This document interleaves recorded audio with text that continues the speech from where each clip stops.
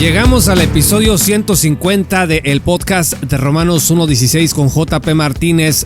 Gracias ni más ni menos que a la fidelidad y al patrocinio de los hermanos, amigos y hermanas que están con nosotros hombro con hombro en esta tarea de sana divulgación bíblica y teológica para la gloria de Dios.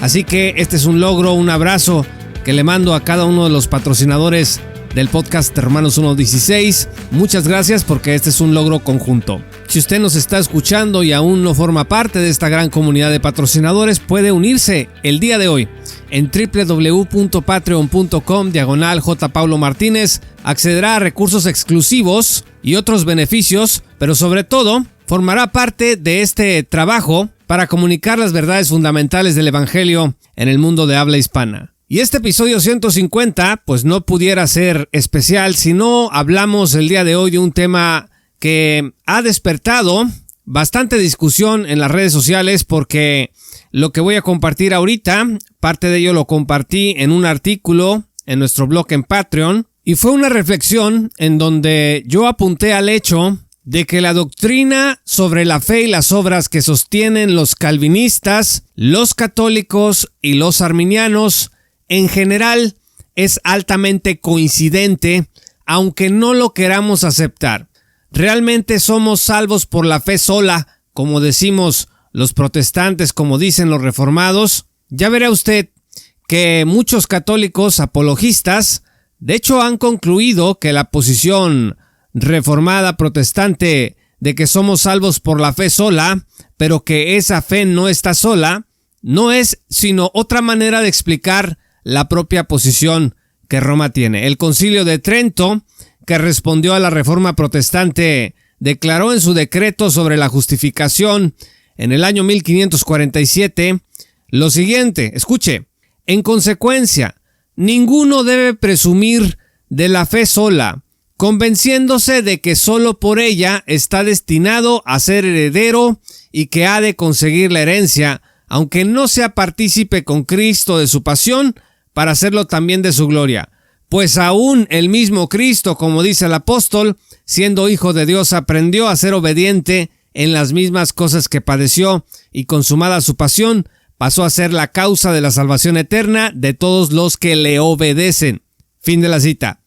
Trento dijo aquí: cálmense con ese rollo de que son salvos por la sola fe, no anden presumiendo de eso si no tienen obras. Aquí Roma pues asestó un golpe a la doctrina reformada de la justificación por la sola fe y dijo que era un error descansar en esto. En su canon número 9, Trento subrayó lo siguiente, cito: si alguno dijere que el pecador se justifica por la fe sola, entendiendo que no se requiere otra cosa alguna que coopere a conseguir la gracia de la justificación, y que de ningún modo es necesario que se prepare y disponga con el movimiento de su voluntad, sea excomulgado. Fin de la cita. De esta manera, Roma estaba enviando el mensaje a todos los protestantes, a los reformados, de que cada vez que dijeran que eran salvos por la sola fe, sin las obras, serían excomulgados. ¿Cómo respondieron los reformadores a esto? Juan Calvino, para defender la posición de la Reforma acerca de la sola fe, dijo esto en su documento titulado Actas del Concilio de Trento con el Antídoto. Escuche bien lo que Juan Calvino respondió. Cito: deseo que el lector comprenda que a menudo, cuando mencionamos la fe sola en esta pregunta, no estamos pensando en una fe muerta, que no obra por el amor, sino teniendo la fe como la única causa de nuestra justificación. Es, por tanto, la fe sola la que justifica, y sin embargo, la fe que justifica no está sola. Fin de la cita. Así que Calvino le dijo aquí a los católicos: no se preocupen, que estamos pensando más o menos igual, somos justificados por la fe sola, pero nuestra fe no está muerta. Y Calvino entendía la fe muerta como una fe espuria, como una fe falsa, como una fe, por ejemplo, de los demonios. A final de cuentas, la clásica defensa del pueblo reformado, protestante y evangélico, pues ha sido la expresión de Calvino: es por tanto la fe sola la que justifica, y sin embargo la fe que justifica no está sola. Y esto no significa otra cosa que la fe que nos salva está acompañada o seguida de buenas obras. ¿No es eso lo que está diciendo Roma en otras palabras? ¿Que la fe sola no salva a nadie? Pues eso es lo que está diciendo Calvino a final de cuentas aquí. Fred R. Librand, en su magnífico libro que yo les recomiendo, Back to Faith, es un libro del 2011. Llegué a este libro a través de una recomendación que hizo el teólogo de la gracia gratuita Charles Bink en su tesis ¿Qué acerca de la salvación por señorío? Fue su tesis doctoral. Él es un egresado del seminario de Dallas, también Fred Librand lo es. Y Librand reconoce las falacias lógicas en las que los evangélicos, reformados y protestantes en general hemos incurrido a lo largo de los años. Porque a final de cuentas, amigos, al adoptar la frase de Calvino de que la fe sola no está sola, lo que estamos haciendo es aceptar los términos más fundamentales del Concilio de Trento, que dice que nadie debe presumir de la fe sola, convenciéndose de que solo por ella está destinado a ser heredero. Acuérdese que la preocupación que tenían los curas, los clérigos de Trento, era que los reformadores enseñaran la idea de que la fe sola salvaba sin necesidad de obras. Y la idea reformada que presentó Calvino y que siguieron otros de que la fe sola no está sola, no enseñó en realidad algo diferente. Esta misma idea de este cliché que le llama Librand de que la fe sola no está sola, la enseñó también la Confesión de Fe de Westminster en 1647.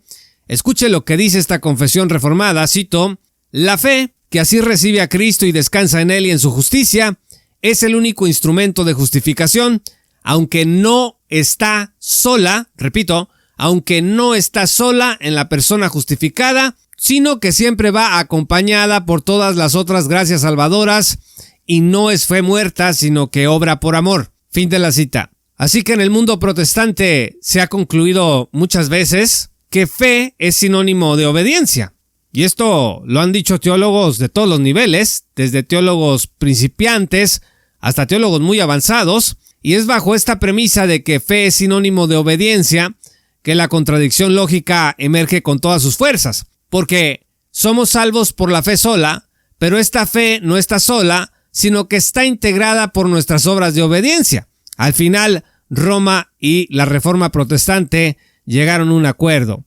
Aunque gramaticalmente fe, pistis, y obras, ergón, son dos palabras distintas y la una no significa lo que significa la otra, de todos modos, se ha intentado cerrar la brecha entre la confianza y la acción u obras para integrarlas en un solo concepto conocido como fe, en una sola cosa. Fe es igual a confianza más obras de obediencia. Librand sostiene que gente relevante en la historia de la iglesia cristiana como Charles Hodge, Wesley, Machen y Pink continuaron con esta tarea de perpetuar la idea de que somos salvos por la fe sola, pero dicha fe sola no está sola. La llegada del dispensacionalismo, en cambio, pues trajo algo de alivio a la tensión creada por esta situación. Librand dice lo siguiente, cito: «El advenimiento del dispensacionalismo y la distinción entre ley y gracia permitió minimizar la segunda parte del cliché, es decir, que las obras deben seguir a la salvación, pero sin ocuparse de sus problemas inherentes». Fin de la cita. Esta no es de ninguna forma una defensa, no estamos recomendando que tengamos una fe sin obras, una fe muerta, es decir, estéril, sino que aquí estamos discutiendo esto para defender lo que realmente significa ser salvo por la fe sola, porque las implicaciones para la espiritualidad cristiana de admitir algo, lo que sea, por mínimo u oculto que sea, e integrarlo a la fe en el momento de nuestra justificación, pues son muy grandes. Cualquier cosita que usted le añada a la fe en el momento de la justificación va a cambiar toda la historia de lo que significa nuestra redención. Le voy a poner un ejemplo. El énfasis en las propias obras como evidencia de salvación. Estamos repite y repite y repite que a través de tus obras yo voy a conocer finalmente si tú eres salvo o no lo eres. Porque si la fe sola no está sola, sino que viene seguida de obras justas, eso implica que son las obras las que van a prevalecer, las que deben de prevalecer, ya no solo en el juicio delante de los hombres, sino sobre todo ante el juicio de Dios. Delante de Dios, lo que estamos diciendo con que la fe sola no está sola, es que para ser justificados ante el trono de Dios, tenemos que presentar nuestras obras de obediencia para que Dios diga, sí, entonces sí fuiste salvo por la sola fe. Esto no tiene sentido. Un creyente entonces no debería de decir, yo soy salvo por la fe sola, si al final cree que va a ser juzgado no solo por la fe, sino por lo que presuntamente era una condición necesaria de dicha fe, esto es, las obras humanas de obediencia. Entonces, lógicamente, esto de que la fe sola no está sola es una violación a la ley de la no contradicción. La ley de la no contradicción dice que algo no puede ser y no ser al mismo tiempo y en el mismo sentido. En otras palabras, o la fe está sola o no está sola. Pero no puede ser las dos cosas al mismo tiempo, como Calvino y los herederos de la Reforma han estado repitiendo. Hombres muy serios como Charles Spurgeon, J.I. Packer, John Gerstner, Billy Graham, John MacArthur, Sproul, Washer, Lawson, Piper, entre otros, han sostenido este cliché. Así que si vemos lo que dice la Confesión de Fe de Westminster, tenemos que añadir a una enorme lista de puritanos antiguos a estos hombres con el consenso, con la aprobación subrepticia del mismísimo Concilio de Trento. Ahora, yo pregunto, ¿no es acaso, por ejemplo, la idea de salvación por señorío, que la fe que no es acompañada de sumisión y rendición total, no es una fe auténtica? Efesios 2:9 dice que fuimos justificados no por obras. Y sin embargo, la opinión de gente como J.I. Packer, por ejemplo, después de decir amén, no somos justificados por obras, afirma que somos justificados por la sola fe, pero que esa fe que justifica nunca está sola, refiriéndose, por supuesto, a las obras de obediencia que deben de seguir. Otro problema que surge de estas contradicciones es que se concluye que donde hay fe, hay obras, y donde hay obras, hay fe, y en donde no hay obras, pues no hay fe. ¿Cuál es el problema con esto? Déjeme darle un ejemplo. Puede usted llegar a observar obras que en realidad no tienen de fondo ninguna fe. Obras nacidas del miedo, obras nacidas de la presunción o de alguna cosa semejante. En Juan 8, versículos 31 al 41, Jesús habla a los judíos que habían creído en él y que decían que su padre era Abraham. Jesús les recriminó que si fueran hijos de Abraham, harían lo mismo que él hizo. Estos judíos obraban, practicaban su religión, pero no tenían fe. En Lucas 18, Jesús habló la parábola del fariseo y el recaudador de impuestos. ¿Qué decía el fariseo? No se había metido en escándalos de robo, ni de adulterio, ayunaba 2 veces a la semana, daba el diezmo de todo lo que tenía. Ahora, ¿la presencia de obras validaba su fe? Pues no según el Señor Jesús. Pero si la fe muerta es, como opinan muchos, una ausencia de obras que revelan la perdición de una persona, definitivamente la del fariseo no era de esa naturaleza, sino una fe viva. Tendríamos que calificar la fe del fariseo como una fe no muerta, sino una fe llena de vida, porque él hacía obras de misericordia, no estaba metido en adulterio ni en fornicación, daba el diezmo de todo lo que tenía, etc. Todo esto se resolvería si admitimos la posibilidad de que la sola fe está realmente sola y que lo que faltó a toda esa gente que Jesús enfrentó no es que les faltaran obras de misericordia, no es que le faltaran obras que ante los hombres les ganaran la justificación. Lo que les faltó a todas estas personas fue la sola fe en el nombre de Cristo. No tenían una relación personal con Él. Se pueden citar también las obras de aquellos que predicaban a Cristo, hacían milagros y sacaban demonios. Yo le pregunto, ¿una persona que predica a Cristo, hace milagros y saca demonios, tiene una fe muerta?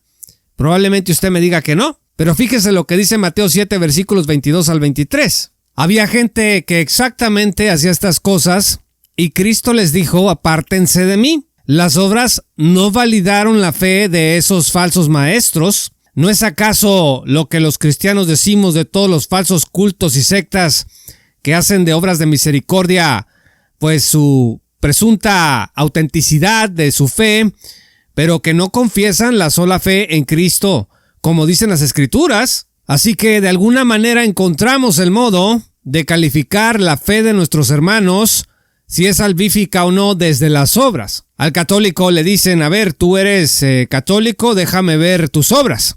Y al cristiano evangélico que dice que es salvo por la sola fe, le dicen, eres un verdadero hijo de Dios, déjame verlo por las obras. Entonces no hay diferencia. Si realmente queremos superar esta contradicción lógica, tenemos que reconocer que la fe no es una condición necesaria de las obras. Así que en resumen, estimados amigos, ¿puede haber obras sin fe? Sí. ¿Puede haber fe sin obras? ¿La fe sola que nos justifica? Sí, también. Podemos recordarnos del ladrón en la cruz, pues ¿qué obras tenía? Pues ninguna, pero tenía la fe. Y en tercer lugar, lo que no puede haber, lógicamente hablando, es una fe sola que no está sola. La fe salvífica está sola, si queremos ser consistentes, está sola de principio a fin. Y las obras no constituyen una parte integral de la fe salvífica, ni antes de nuestra justificación, ni durante nuestra justificación, ni después de nuestra justificación. Y alguno podrá preguntar aquí, pero entonces la fe sola, que está sola, entonces pues es una licencia para pecar, ¿no? No, de ninguna manera. Para eso está el llamado de todos los redimidos a ser santos. Vea usted 1 de Pedro 1:16, Efesios 2:10, Juan 15, versículo 8. Que la fe sola esté realmente sola, sin mediación alguna de obras, como dice Romanos 4, versículos 4 al 5, no implica de ninguna manera que la vida cristiana justificada por dicha fe sola deba vivirse sin sumisión al Señor. O sea, deja de tenerle miedo a la justificación por la sola fe, que porque la gente se va a dar licencia para vivir como le dé la gana. No, el cristiano que realmente está queriendo, anhelando conocer más de su redención, pues no se va a permitir semejante cosa. La Biblia está repleta de llamados a la obediencia que debemos de atender. Y hay una lista muy grande de versículos: 1 de Samuel 15, versículos 22, Juan 14, 15, Mateo 7, 21, 1 de Juan 2, versículos 3 al 6, versículos 17, Éxodo 19, 5, etcétera, etcétera. La discusión, estimados amigos, no es finalmente si el discípulo está llamado o no a la obediencia. El tema central aquí es decidir si somos salvos por la fe sola y si la fe que salva está realmente sola o no. Creo que la expresión sola fide de la Reforma nos ha quedado muy grande y que en un nivel popular y académico dentro del cristianismo, Roma, el Concilio de Trento, nos ha ganado esta batalla. Muchas gracias, amigos y patrocinadores, por escuchar este programa. Si aún no eres patrocinador, te invito a que te unas el día de hoy en www.patreon.com/J. Paulo Martínez. Accede a contenido exclusivo y a la oportunidad de estar hombro con nosotros en esta tarea de divulgación bíblica y teológica para la gloria de Dios. Muchas gracias y que el Señor los bendiga hasta que volvamos a encontrarnos. Esto fue Romanos 1:16 con Juan Paulo Martínez Menchaca. Únete como patrocinador y apoya la sana divulgación bíblica y teológica en América Latina. Búsquenos y síguenos en nuestro sitio web oficial, redes sociales y otras. Romanos 1:16. Todos los derechos quedan reservados.